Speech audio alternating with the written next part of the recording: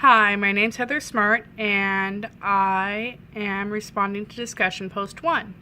So in the first item, remembering how I read as a child or being read to, I remember my preschool. That was actually called Hansel and Gretel, which ironically is one of Mother Goose's readings.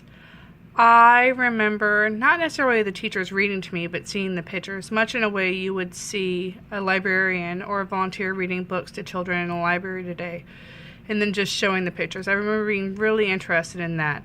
I remember learning how to read. That was a little difficult for me. I had some reversals and some other issues going on. And my auditory and speech was messed up because of some ear problems. But I remember once I started learning how to read, it became a great way to learn new things and to just explore the world of children's literature. I loved novels from an early age. Now I still read for enjoyment. I have a few favorite authors. I would say that being read to or showed pictures of books in kindergarten and preschool helped me not necessarily learn how to love to read as an adult. I think that came more in elementary school and middle school. When I learned about history, I really enjoy history, so this book is especially good for me. I enjoy reading about the history of children's literature. I think it helped me realize that reading early to children is important as well, so I did read to all of my children.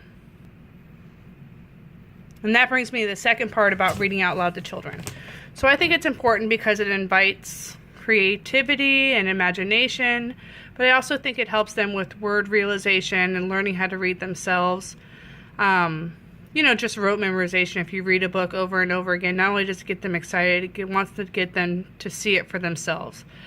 I have even read to my children out loud, and then we've created our own stories. As a matter of fact, I bought the game Storytelling Dice, which has nothing but pictures, and then we get to create our own stories. And I just feel that that's a really good way to relate to the children, get the children involved, and make them want to read, hopefully, and develop a love of reading like I have. One of my daughters has, and that's something we can share together is reading together, especially on rainy days with a nice hot cup of tea. I'm interested in the interactive reading journal and what that assignment will look like as we move through this semester.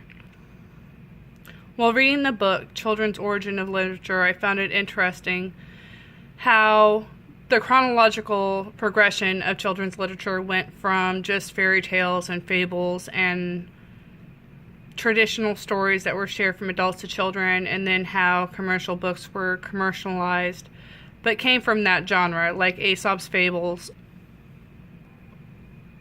I also thought it was interesting how a lot of the books that were made for adults that kids would enjoy reading. And then it came to things like Mother Goose and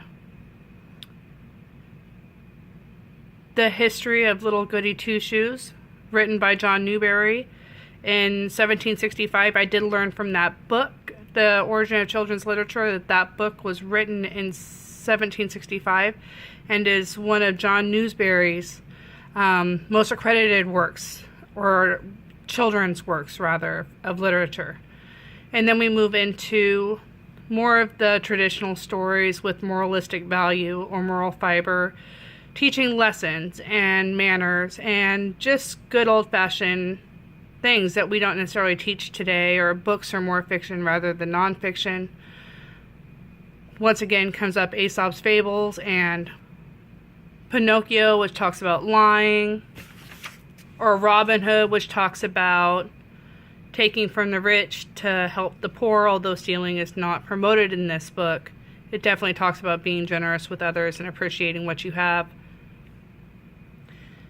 Then we start talking about individual books that don't necessarily belong in series or have any kind of tie to any other literature.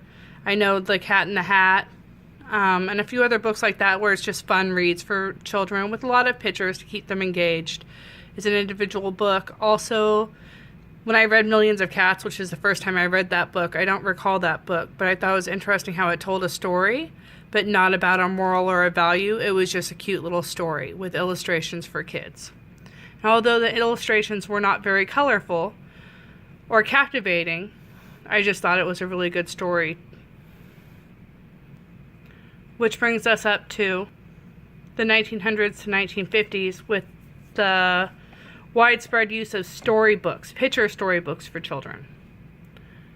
Like Charlotte Webb's, which is from E.B. White, which is a book I noticed we will be reading this year, or semester rather. Where the Wild Things Are by Maurice Standick, which is also on the reading list for this semester. Those are more the individual storybooks that have come to light in recent years. I remembered I always addressing the fourth prompt. I always enjoyed Hansel and Gretel, Three Men in a Tub. Hot Cross Buns was one of the first things I learned how to play on the trumpet. There was also Hush Little Baby, Don't Say a Word. I actually sang that to my children when they were younger, and sometimes still do if they're sick or not feeling well. And Jack Be Nimble, Jack Be Quick, those ones.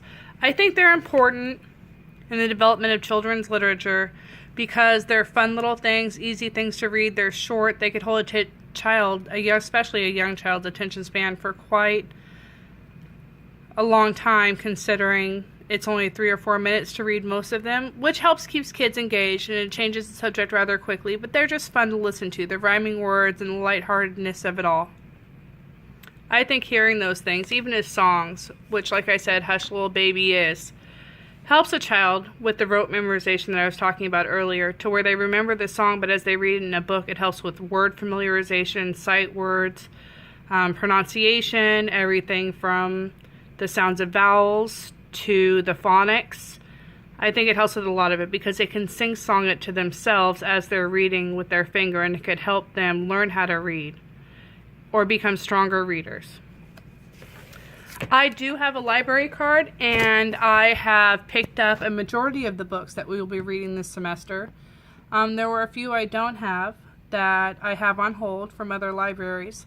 I've been an upstanding member of the library for several years now, and it's somewhere I take my kids to feed their love for learning and to help them grow stronger readers.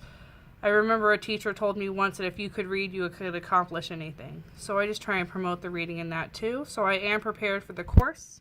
The books I do not have yet, I will be getting soon. And I am here for liberal studies. I'm going to be a special ed teacher one day. Maybe not special ed, I'm not sure, maybe just general ed, but I do want to be a teacher of young children. So this is part of the requirements for transfer to Stan State, where I will be going for my teaching credentials. I just think it's a fun class, though. Already reading the origins of children's literature, I found it very interesting so far, just to learn a little bit more about where children's literature came from. Also, how old some of the books and stories I remember are. I think even when we repeat stories, I wasn't aware of how old some of these stories were. And I look forward to finishing this semester with all of you, and hopefully we all stick through it.